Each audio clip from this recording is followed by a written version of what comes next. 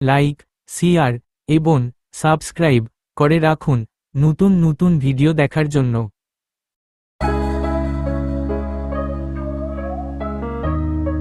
একদা আন্দঘুষি বাংলার এক নিভৃত গ্রামে বাস করত শান্তিপ্রিয় কিছু মানুষ।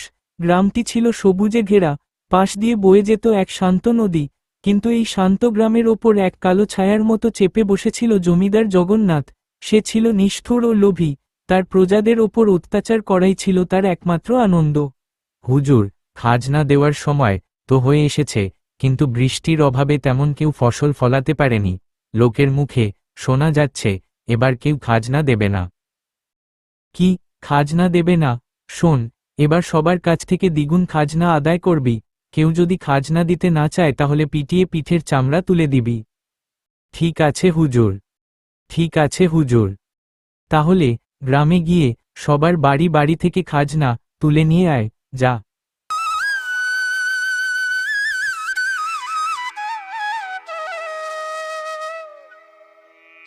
গ্রামের সবচেয়ে অভাবী কৃষক পাপু, তার বৃদ্ধা মা, আর অভাব নিয়েই তার সংসার। বাবা পাপু, শুনলাম জমিদারের লাঠিয়ালরা জোর করে গ্রামের মানুষের কাছ থেকে খাজনা আদায়ের চেষ্টা করছে। এখন কি করবি বাবা? কি আর করব, কোথা থেকে দেব জমিদারের খাজনা? ঠিক আছে মা, আমি তাইলে এখন জঙ্গলের দিকে যাই, দিকে কার্ড পায় নাকি। ঠিক আছে মা, আমি এখন যাই, এই বলে ছেলে গেল।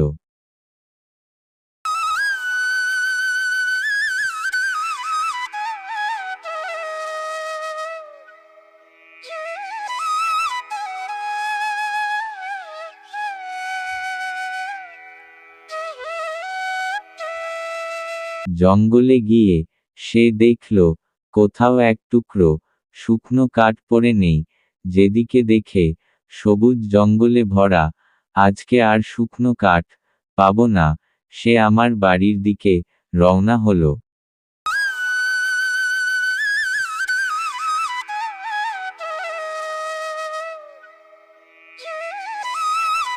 বাবা পাপু, কি রে, জঙ্গলে গিয়েছিলিস, খালি হাতে এসেছিস বাবা? শুকনো কাঠ নেই জঙ্গলে।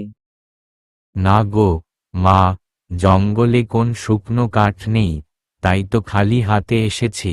কি করব মা, এবারও তো চাষবাস হয়নি জমিতে কোনো। তাহলে তো জমিদারের নিষ্ঠুর লাঠিয়ালরা তোকে মেরে আর কিছু রাখবে না রে। মারলে মারবে, এছাড়া আমাদের আর কি বা করার আছে। এবার কোথা থেকে দেব খাজনা? এবছরেও তো বৃষ্টির অভাবে কোনো ফসল হয়নি। সারা বছর কি খেয়ে থাকবো সেটাও তো জানি না, তাহলে খাজনা দেব কি করে?